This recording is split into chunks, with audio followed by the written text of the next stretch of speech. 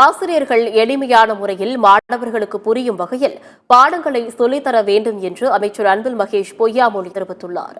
முனைவர் சொர்க்கோ கருணாநிதி எழுதிய இனிக்கும் இலக்கணம் என்ற நூல் மற்றும் அவர் இசை அமைத்த காணொலி வெளியீட்டு விழா சென்னை சாலிகிராமத்தில் நடைபெற்றது.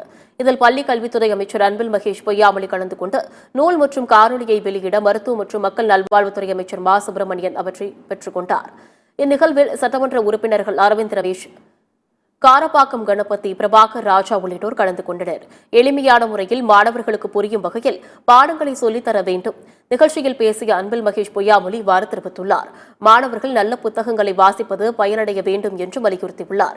மாணவர்களுக்கு எளிதில் புரியும் வகையில் ஆசிரியர்கள் பாடங்களை கற்றுத்தர வேண்டும் என்றும் அமைச்சர் கேட்டுக் கொண்டுள்ளார். அந்த பிள்ளைங்களுக்கு புரிகிற மாதிரி நம்ம அவர் சொன்னார் பார்த்தீங்களா, அந்த குழந்தைகளுக்கு புரிகிற மாதிரி அது வரலாறு சொல்லித் தருவதாக இருந்தாலும் சரி, அறிவியல் சொல்லித் தருவதாக இருந்தாலும் சரி, ஒரு கதை சொல்றதா இருந்தாலும் சரி, அந்த பிள்ளைகளுக்கு குழந்தைகளுக்கு புரிகின்ற விதத்தில் அதை எழுதி அவங்க கையில் கொடுத்துட்டுன்னா போது, மற்றது அவங்க பார்த்துக்குவாங்க. ஆக அப்படிப்பட்ட இன்றைக்கு ஒரு நல்ல ஒரு செயலைத்தான் நம்முடைய நூலின் ஆசிரியர் மிக அழகாக, குறிப்பாக அந்த எழுதிய விரலுக்கும் பாடிய குரல்களுக்கும் முதலில் என்னுடைய பாராட்டுக்களை நான் தெரிவிச்சுக்கிறேன்.